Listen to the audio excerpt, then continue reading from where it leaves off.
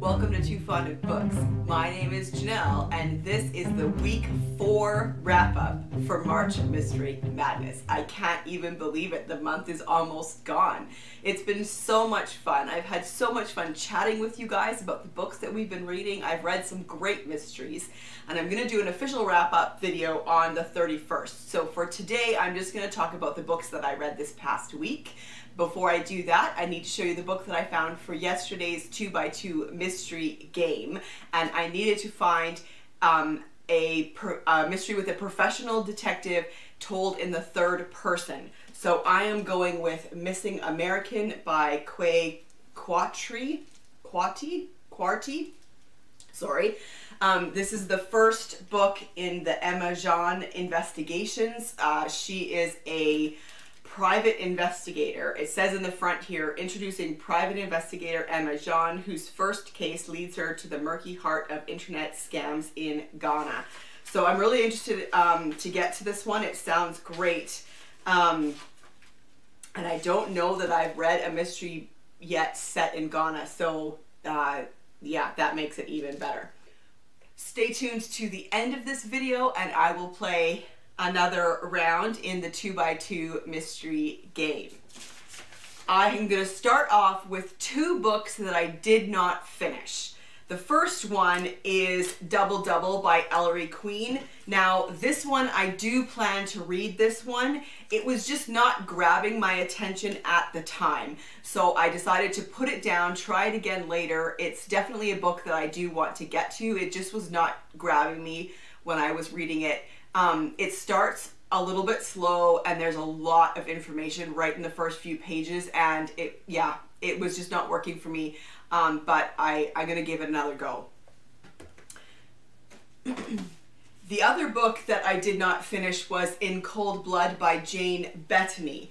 This one had a lot of promise. The premise was so interesting. The investigator was a detective inspector, and she gets called to the scene of, there's a body that's been dug up in the back garden of a house, and she gets there to discover that it's the house that she grew up in when she was younger, and her father had gone missing when she was 14. And so of course there was, you know, in the back of her mind, she was wondering if that was her father that they had dug up in the back garden. So it had so much promise. My problem with this book was the conversations. The way that the characters talked to each other was just, it just didn't work for me. It wasn't believable. And there was just something off about the way that the characters talked. And then the other thing that drove me crazy was that the author tried to use conversations between her, mainly her detectives, for info dumping, and that just didn't work for me either. It played into, you know, how the conversations just didn't seem believable. Like, it honestly kind of felt like those, you know, those CSI episodes where you have 2 like incredibly smart scientists talking to each other, and they were like, did you know that DNA is, and like, I just thought, you know what, I know that the reader needs this information, but there's got to be a better way of giving it to us than getting us to believe that 2 characters would have those kinds of conversations. So yeah, in the end, this just wasn't the book for me, which is too bad. Okay, I did finish though The Breaking Point by Mary Roberts Rinehart. This was the read-along book, and it was really fun to discuss this book with everybody who was reading along on Discord. There was a lot of conversation, and it was because the book wasn't what we thought it was going to be. I thought that this was a whodunit. This was a book written in 1922, and we thought that it was a whodunit, but it wasn't. It was a romantic suspense, and so it kind of threw everybody off. We were expecting one thing and got another, and that never goes well, especially when you're reading mysteries, I think. But in the end, I did enjoy it. I didn't love it, but I did enjoy it. We have, our main character is a doctor, Dick Livingston, and he can't remember events in his life, like starting 10 years ago. And so that part of it was really interesting. The memory loss and how it worked was really interesting. The reveal of who the killer was great, because I did not expect that. I didn't see it coming.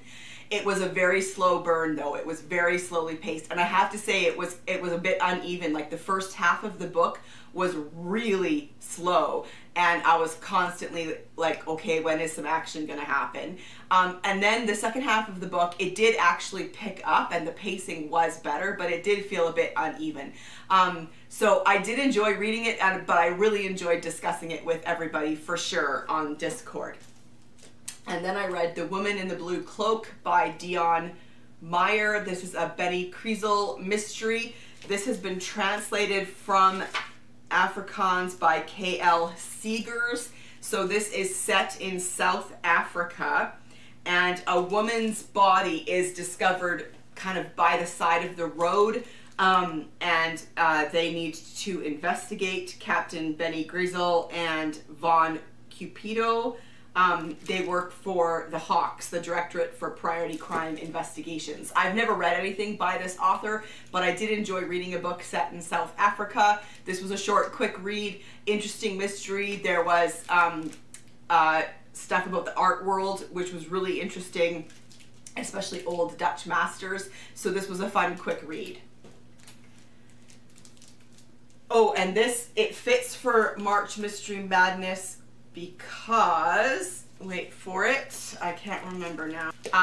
Because it has 22 chapters. I read Murder at the Ritz by Jim Eldridge. This is the very first in a new series, and I'm hoping that it's going to be kind of like his museum mysteries, where each one is set in a different museum. I'm hoping that this series is going to be, each one is set in a different hotel in London. I love that idea. It's really fun. This one obviously is set in the Ritz. London may be at war, but crime goes on. This one fits because it has 44 chapters. I can also make it fit because it's set during World War II. It's, I believe it's 1940, maybe 1941, 1940. And so our main character, Detective Chief Inspector Coburg, he gets sent to the Ritz because there is a dead body in the suite of one of the entourage of an exiled king who is staying at the Ritz. The king of Albania, I believe it is. One of his staff, there's a dead body in his room, and so they need to investigate. So it was really interesting. There was a lot about the war, obviously, because it's London 1940, and trying to investigate when bombs are falling and air raids are going off. That part was really interesting. The Detective Chief Inspector was also really interesting because he is, his name is technically Saxe-Coburg, which means that he is related to the royal family, because before they changed their name to Windsor, they were the Saxe-Coburg Gothas. And so he's like, kind of like, I think distantly related to the royal family, but his brother is a duke. Yes, he's the third son. His brother is a duke. So he was a really interesting detective, and his partner, his sergeant, is like classic working class London. So it was they were a great pair. This was a really interesting historical mystery. I did really enjoy it, following their investigation and trying to figure out what was going on. Then there's a second murder at the hotel. It was great. I really liked it. Getting Old is Murder by Rita Lakin. This is the first in her Gladdy Gold cozy mystery series. It's set in Fort Lauderdale in Florida, and we meet Gladdy and her crew. And this was just a fun cozy mystery. Gladdy is 75, and there was this great map in the beginning. There's the list of characters so that you can follow along. And I loved the beginning, the opening of it. Hello, let me introduce myself. I'm Gladdy Gold. Actually, Gladys. I'm a self-proclaimed PI. That's right, a private eye, operating out of Fort Lauderdale. When did I get into the PI biz? As we speak. My credentials? More than 30 years of reading mysteries. Miss Marple and Miss Silver are my heroines. In case you were expecting someone like, what's her name, with her A is for this, B is for that, you know who I mean, working her way all the way to Z. Well, that's not me. I'll be lucky if I make it to the end of this book. After all, I am 75. So there was a couple of things that I loved in that. First of all, it was just very funny.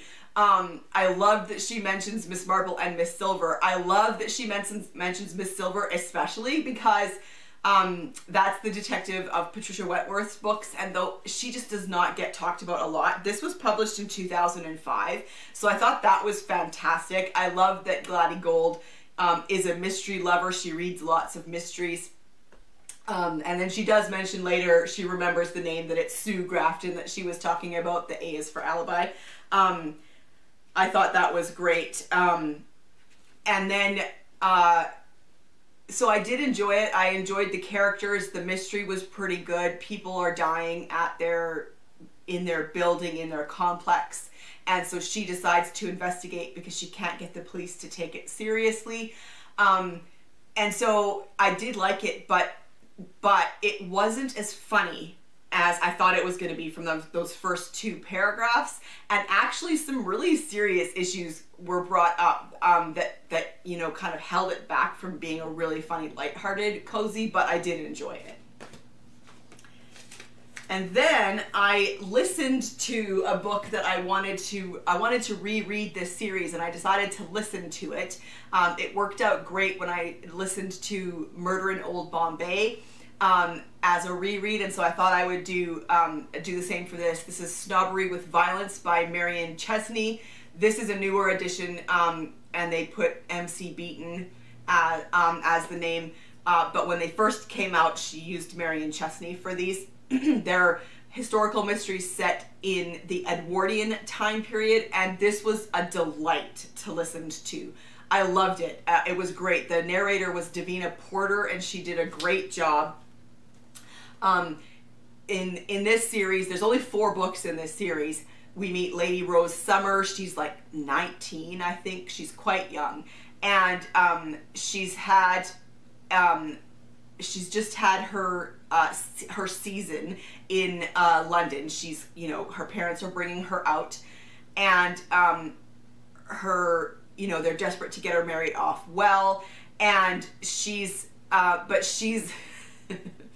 she's young and naive, obviously. And I mean, when you grew up at that time period, like, girls weren't told anything, honestly. And so she kind of had a brief and ill-advised dalliance with the suffragette movement. And then there was disaster with a guy that she thought was courting her. Anyway, her father gets Captain Harry Cathcart to investigate this guy that is courting his daughter. So we meet Captain Harry Cathcart, who is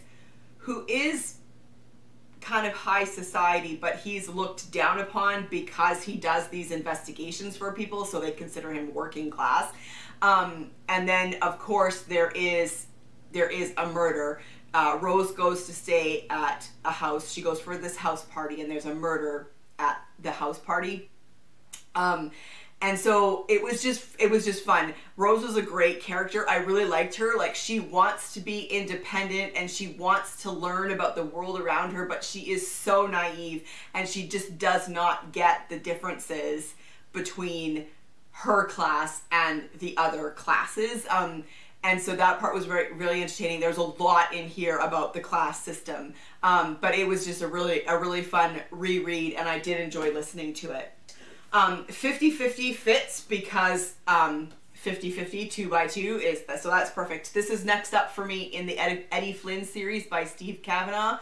I love Steve Cavanagh, and this Eddie Flynn series is just phenomenal. In this one, 2 sisters are on trial for murder. They accuse each other. Who do you believe? So one thing that I love is that he manages to find, you know, like, really different stories each time, and they're quite unique. So and they're always set in the courtroom. And so in this one, because there's 2 sisters on trial for murder, he's He's the lawyer for one of them, and then the other one also needs a defense lawyer. So what's interesting here is it's not just him against the prosecutor, but there's another defense lawyer in the mix, and so that just made it really interesting. This one wasn't my favorite of the series, though. I thought, like, just because of the setup, there was less chance for like big surprises, and I did guess who it was, and I think that that's maybe why. I mean, I still really loved it. Like, I gave it like 4.5 stars. But there were others in the series that I liked better. Although it was still really good. There was definitely moments in here where, you know, I was still surprised. And I can't wait to get on to the next one in the series. I think the next one's called The Devil's Advocate. And then I read Heads You Lose by Christianna Brand. This is an Inspector Cockerell mystery. I was going to look it up. There's a chance that this is actually the first one. I can't remember. She wrote this in 1944. And no, sorry, 1941. And so what's interesting is you do get a lot of talk about the war that's happening. Which didn't always happen when Golden Age writers were writing during the war. Sometimes they mentioned it and sometimes they didn't. And in this case, there is mention of it. So you have a few people staying at Pendoc's house, and he's the kind of landowner in the town, in the village. And a woman gets killed. She rents a cottage on his estate. And she gets killed, and she's found wearing the hat of someone staying in his house. And so I did enjoy this one, but not as much as Green for Danger. I liked Green for Danger better. One thing that I did like, so they have a list of the characters at the beginning, and there's only possibly 10 people. Among these 10 very ordinary people were found 2 victims and a murderer. So I liked that, and when Cockerell comes to investigate, he very quickly realizes that there are only 6 possible suspects. So I thought that was interesting because that was also the case in Green for Danger. There was only 6 possible suspects. So now I need to read another Christianna Brand to find out if that's her thing. Like, is that her thing, that there's only 6 possible suspects? So I did like that. In the end, the ending was okay. I would have preferred maybe something slightly different, but that's okay. So it was pretty good, but I definitely liked Green for Danger better. There was some really unfortunate comments about Jewish people in this book, but you know, I guess that was the time period. Anyways, but yeah, so Heads You Lose by Christianna Brand. I'm definitely going to keep reading her. I do really enjoy her as a mystery writer, and I'm curious now about that whole six suspects thing. And then finally I read Death of Riley by Rhys Bowen. Oh, and sorry, this one fits for March Mystery Madness because there are twins in this book. This is the second in the Molly Murphy series, and I'm reading this for a mystery book club that I am in, and we are actually discussing it this afternoon. It's the second Molly Murphy mystery set in 1901. Molly Murphy is such a great character. In the first book, she immigrates from Ireland to New York, and she's, I don't know, early 20s, I think. And one thing, like, you really, like, you're rooting for her, but you're also like kind of cringing sometimes because she's so naive. And she gets herself in these situations, and you're just thinking like, oh my goodness, you're gonna get into so much trouble. The other thing that I found hilarious was something we talked about with the first book, is like she's involved in trying to investigate this case, but in the end she really just like solved it through luck. It wasn't her skills as an investigator. And so I thought that it was awesome that in this one she actually flat out admits that in this book, that the first case was just solved by luck. And so I thought that was funny. So she gets herself hired as an assistant to Patty Riley, who is a private investigator. She's convinced that this is something that she could do well. She's very interested in this kind of a job. And so she gets herself taken on as his assistant. He does not want her, and so it's hilarious. I know, I'm not really entirely sure why he kept her around, but she's really hoping that he would mentor her, that he would teach her, and he won't. Like, she cleans up in the office, but he doesn't tell her about any of his cases. And then she goes into work one day and finds that he's dead at his desk. And so, of course, she takes on that investigation. So this was just a great historical mystery. I love turn of the century New York. And there is something happens in this book that is true historical fact, and I didn't know that until I got to the very end. Hang on one second. Yeah, there's an afterwards that talks about like the pieces that were historical fact. So I thought that was really interesting. And I can't wait to keep going. This is a reread for me, and I did really enjoy it. So there you have it. That's what I read this past week. Have you read any of these books? I would love to chat with you about them in the comment section. And before I say goodbye, it's time for another round of the 2x2 mystery game. Are you ready for rule number 1? Our first category is going to be time period, because I rolled a 5. Before 1970 or after 1970. Rule number 2. 2. Gender. Male or female? Let's find out with rule number 3. 6 is player's choice. You get to choose. So are you going to choose a time period of before 1970 or after 1970? And are you going to choose a male or female detective? I am going to go for a male detective before 1970. Come back tomorrow to find out what book I find that fits that category, and I will see you there. Bye.